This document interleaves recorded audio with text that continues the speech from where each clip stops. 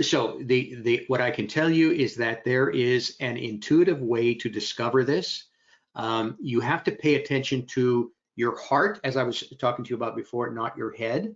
So the first thing I would suggest that you sit down and write out what things about university and this path that you're on come out of your head.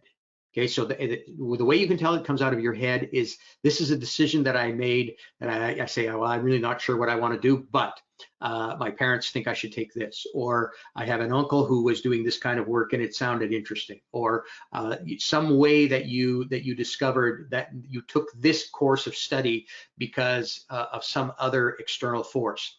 That does not mean that it's not the right direction for you, but to be able to separate out, what did I make this decision because of external pressure, or did I make it because of an internal calling? So that's the first thing. And then once you know whether this is primarily an external pressure or an internal calling, now you need to go deep here, not here. You need to go deep here, and this is, once again, reflective thinking. I hope you understand what I mean by that. I'm not trying to throw around a term that it doesn't have meaning or purpose for you, but reflective thinking is when I can set aside all of the things that are rationalizations of why I'm doing what I'm doing, and I can listen to what's going on here. If I'm developing a career in law, okay, so I'm at university and I'm studying law, to set aside, okay, all of the processes of studying law and all the things I need to do, and I have to pass the bar, and I have to, all of those things, put all those things aside. The concept, the core concept of practicing law, down here, what does that feel like? Because there are pros and cons to practicing law. Sometimes it is not a people thing, and sometimes it's very much a people thing. So how do you feel about interacting with people? Is your the way that you look at life, is it more cut and dried? Is it very logical? Do you kind of not know exactly what to do with emotion, or you think that emotion is irrelevant to making good decisions? So you have this very logical approach. If you do, then does the law make sense for you? Because law will follow these policies and procedures. These are laws that we've established. So it's very cut and dried. It doesn't really bring in the emotional response to, if someone did something wrong, the lawyer is not asking why. The lawyer just knows that this person did something wrong and wants to prosecute on that basis. Whereas on the other hand, if you were someone like a social worker and you were working with someone who had committed a crime, let's say, you wouldn't be thinking like a lawyer necessarily about that. You would be thinking, why did they do that? And they've opened up their life is just going to be so different from here on in.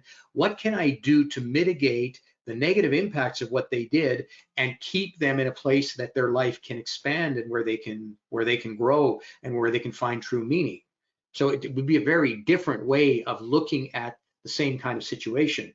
So that's what you need to do, to listen to your heart and say, what I'm pursuing in university, or what I'm thinking of leaning towards, even if I hadn't chosen my area of mastery, how do I really feel about that? Picture yourself out there in the field doing what you were qualified to do. And I would even suggest, get yourself into a setting where you work alongside someone who's doing that job for a day or two or a week. Ask if you could job shadow them. Say, this is what I'm pursuing at university. I'd like to understand what the job entails.